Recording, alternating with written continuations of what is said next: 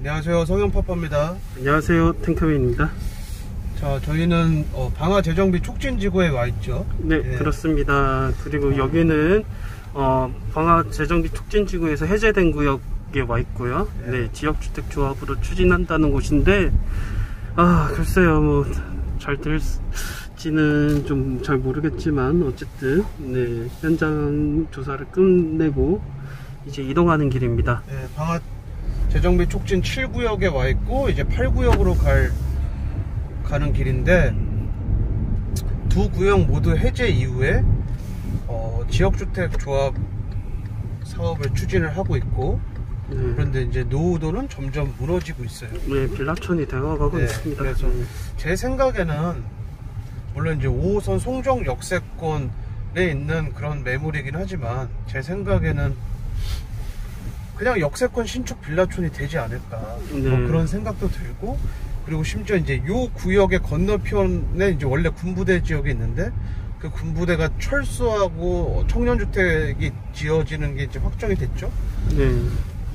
거기 빌라들의 매매가가 그렇게 비싸지 않아요. 굉장히 저렴한데, 평지에다가 5호선 역세권에, 그리고 이제 그 주변에 대규모 원래 군부대가 있었는데 군부대가 이전되는 호재와 함께 마곡 뉴타운도 있고, 그리고 그 건너편은 방화 재정비 촉진지구, 거의 뉴타운급의 재개발 지역이 있고, 그러다 보니 이래저래 거기 재개발을 다시 추진할 또 연한도 됐죠. 그래서 재개발을 다시 추진을 할 만한 선동 요소가 있다. 그래서 이 주변이 온통 개발 붐이 일어나고 있는데, 실제로 잘 되고 있는 곳과 그렇지 않은 곳들이 명확하게 구분이 되고 있어요. 잘 되는 곳은 6구역이 제일 잘 되고 있죠. 지금 이제 얼마 전에 관리처분 인가를 받았고, 지금 2주 기간이에요. 2주 기간이고, 그 다음에 잘 되는 곳이 이제 5구역이죠. 5구역이 이제 사업시행 인가를 앞두고 있죠. 뭐 제가 볼 때 조만간 사업시행 인가를 받을 것 같은 느낌이 드는데, 오늘 쭉 둘러보니까 이렇다 할 뭐 반대 움직임도 없고, 그리고 이제 6구역이 잘 된 이유가 압도적으로 사업성이 좋아요. 다른 방화 재정비 촉진지구 구역들에 비해서. 근데 이제 그 다음으로 사업성이 좋은 게 5구역, 그리고 3구역들이 사업성이 좋은데, 마찬가지로 5구역도 사업시행 인가를 목전에 두고 있고, 3구역도 조합설립 인가를 받고 건축심의를 준비 중에 있고. 그래서 지난 1년간 강서구, 서울 25개 자치구 중에서 강서구가 눈에 띄게 많이 올라서, 땅값이 많이 올라서, 그 결과 재건축이든 재개발 사업지든 사업성이 다 웬만큼 다 좋아졌어요. 그래서 그동안 지지부진했던 이 방화 재정비 촉진지구들이 이제부터 한다면, 제가 볼 때 이제 진심을 다해서 하지 않을까, 그런 생각이 좀 듭니다. 사업성이 좋아졌다라는 거를 저희가 알 수 있는 게요, 원래 또 방화 재정비 촉진지구에 또 이렇게 사업지 중 하나였던 마곡 힐스테이트 용적률을 보시면 200%도 채 안 됩니다. 근데 더 중요한 점은 그 마곡 힐스테이트가 원래 공항 기준으로 이렇게 보면은 공항에서 가장 먼 그 재정비 촉진지구 사업지였어요. 그렇죠. 그런데 가장 먼데 용적률이 200%도 안 됐는데, 최근 3, 5, 6구역을 보면은 기본 200%는 넘는 사업지입니다. 그게 핵심 포인트입니다. 그래서 오히려 공항이랑 더 가까운 방화 재정비 촉진지구 구역들의 용적률이 상향이 됐다. 그거는 이제 저희가 서집단에서 계속 누누이 강조해왔고, 뭐 1년 전부터 강의 안에도 실어놨던, 고도가 풀리고 있어요. 김포공항 주변으로. 그래서 저 멀리에 있는 구로구나 금천구부터 지금 풀리고 있고, 그 다음에 양천구도 어느 정도 풀렸고, 그리고 강서구도 뭐 미미하지만 그래도 풀려가지고 어느 정도 고도가 좀 완화돼 있는 상태인데, 2024년도에 국제적인 회의가 열리죠. 전 세계 공항 주변의 마을들의 그 고도를 완화해준다는 회의가 열리는데, 제안하겠다는 회의가 아니라 그걸 완화해주겠다는 국제 컨퍼런스예요. 근데 서울시는 미리 움직이고 있다. 맞습니다. 미리 움직이고 있다는 게 핵심이고요. 그래서 강서구에 대해서 좀 인식을 하고 있는 많은 분들이 극과 극이죠. 그러니까 한 번이라도 여기 임장을 해오신 분들은 의외로 사업이 좀 잘 되고 있는 곳들이 있네. 그리고 심지어 공항과 가까운 공항시장 근처에는 왜 이렇게 오피스텔 고층이 많지? 그리고 왜 이렇게 매입이 잘 되고 왜 이렇게 거래가 잘 되고 그리고 그것들이 엄청나게 높은 오피스텔이 되지?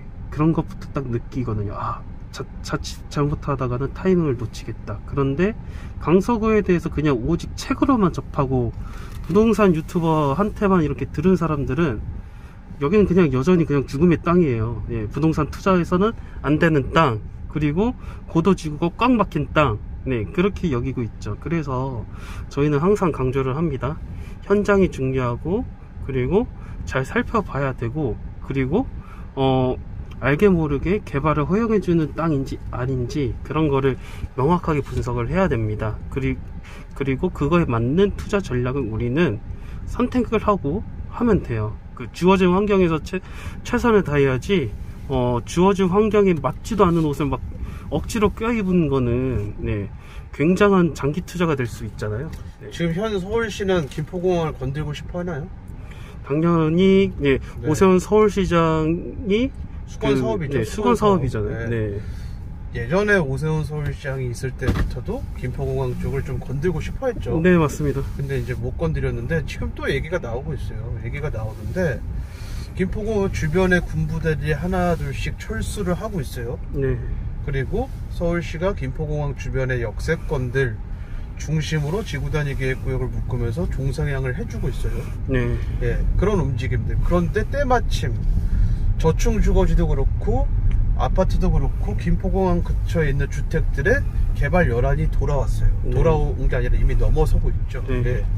그래서 이런저런 정황상 네. 그리고 그 부천의 그 뒤쪽에 배후 주거지인 대장지구 그리고 인천의 그 계양구의 테크노밸리 일자리 이런저런 것들을 봤을 때 제가 봤을 때 마곡 LG전자의 마곡 10만 일자리 그 LG전자의 하청업체를 계양 쪽에다가 이제 집어넣고 일자리를 집어넣고 그에 따른 상권 개발을 김포공항 쪽으로 거점 개발을 하고 그리고 배후 주거지 사업을 방화 재정비 촉진 지구와 그리고 이제 부천에는 대장지구 그렇게 세팅을 하는 게 아닐까라는 합리적인 의심이 듭니다. 네, 그래서 이게 조금 더 정리를 하자면 이 강서구는요, 이 김포공항을 거점으로 했을 때 부천과 네 그리고 인천 여기 그 관문 입지에 해당되는 곳입니다. 네네. 네, 그리고 노선도 굉장히 좋아요. 그리고 게다가 또 대곡 소사선이 영향으로 인해서 그리고 올림픽 대교를 통해서 일산이 배후지기가 또 되기도 하죠. 그렇다면은 부천, 인천 그리고 일산을 연결하는 이 거점 개발지가 바로 김포공항입니다. 네. 노선도 굉장히 많고요, 현재도. 그런데 대곡 소사선까지 연결이 되면은 그리고 재밌는 점은 이 대곡 소사선이 그 원종 홍대선 있죠? 네. 이거하고도 이렇게 연결이 돼 있는데 이게 결국에는 양천구와의 접근성도 굉장히 가까워지거든요. 그래서 여기는 굉장한 거점입니다. 굉장히 인구 밀집이 증가될 가능성이 있는 곳이기 때문에 그러다 보니까 차후 주거지 역할을 한 방화 재정비 촉진 지구가 들썩들썩 거리는 거죠. 서울의 관문 입지들이 개발이 되면서 이제 피해를 보는 지역들이 있죠. 네.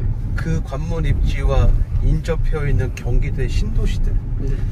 송파구도 사실 잠실만 좀 찍혀 눌려 있지. 송파구의 원래 구시가지인 가락동, 문정동 이런 데 개발이 활발했잖아요, 지금. 네. 그러면서 누가 위기죠? 뭐 위례 같은 애들이 이제 날벼락 나는 거죠. 위례 같은 애들. 강동구 그 사이드 지역인 고동 명일이 잘 되면 누가 난리죠? 이제 하남, 미사 얘네들 이제 아파트 시세에 이제 큰 영향을 미치겠죠. 여기 이제 이 동네 지금 와 있는 요 강서구 끝자락에 공항동이나 방화동의 재정비 촉진 지구, 기타 등등 뭐 방화 역세권의 재건축 아파트들, 요런 이제 개발 열안이 돌아와서 요런 거점 개발을 한다면 누가 타격을 입을 거예요. 제가 볼 때는 앞으로 들어설 고향의 능곡도 문제가 생길 수도 있고, 그리고 이제 검단 신도시도 생길 수 있어요, 인천에. 그리고 직격탄 맞는 건 한강 신도시. 직격탄을 맞을 거예요. 예. 그게 그 직격탄을 맞는다는 게 어떤 의미냐 하면은요, 물론 잘 모르겠지만 호주에 의해서 여러 가지 호주에 의해서 잘 모르겠지만 다시 서울로 진출하기 위해서 못 들어와요. 예.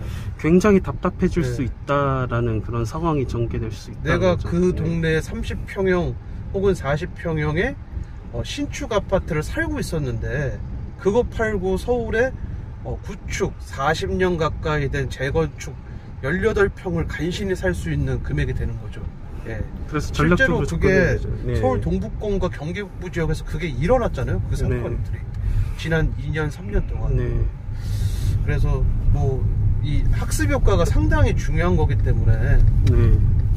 사람들이 이미 한번 2, 3년 전에 다 그걸 경험을 했다고요. 네. 그럼 이제 이런 데를 찾겠죠. 이와 유사한 공식이 적용될 것들을. 네. 여기가 그 우리가 지금 있는 이 지역이 네. 그런 공식이 적용될 지역으로 보입니다. 네, 아예 서경파파님도 그 말씀하셨잖아요. 그 칼럼에도 적긴 했지만 내가 신축 아파트를 사는 순간 이제 부동산 투자는 이제 끝. 은퇴죠. 네, 은퇴. 네. 은퇴 선언을 한다는 거 이미 나 나 똑같습니다. 이제 그만할 테니까 신축 사겠다. 네, 이제 그런 의미죠. 네, 그렇게 돼버릴 수밖에 없어요 이게. 그래서 끊임없는 투자, 재투자, 그리고 공백 없는 투자, 이게 계속 되어야 내가 끊임없이 그 자산을 불릴 수가 있고, 네, 그런 상황입니다. 네. 네, 그래서 저희가 경기도와 그리고 서울 관문 입진 강서구 이거를 좀 아우르면서 좀 설명을 했어요. 네. 네. 그리고 오늘 봤는데 요 공항시장도 이제 공항시장 주변, 공항시장역 주변으로 그 상업지역, 준주거 지역 개발이 활발하잖아요. 네. 그러다 보니까 이제 세대 구성원이 바뀌면서 시장이 죽기 시작했어요. 그래서 오늘 오랜만에 이 동네에 임장을 했는데 저기 공항시장 재개발하겠다는 그런 사무실이 하나 저희가 발견을 했어요. 네. 그래서 드디어 이제 사실 장사가 안 되죠. 세대 구성원이 바뀌면서. 근데 그렇다면 만만하게 볼 게 아닙니다. 그 상가주택이 18억 정도 됩니다. 네, 맞아요. 네, 만만하게 볼 게 아니에요. 네, 우리가 이렇게 얘기하면은 뭐 1억 정도면 살 수 있겠지 생각하시는 분들 많은데, 예, 그 지난번 구리 때도 얘기했지만은, 예, 매매가 1억이 아니라 평당 1억일 가능성이 높습니다. 네, 네, 맞습니다. 네, 자, 오늘은 여기까지 하는 걸로 하겠습니다. 감사합니다. 감사합니다.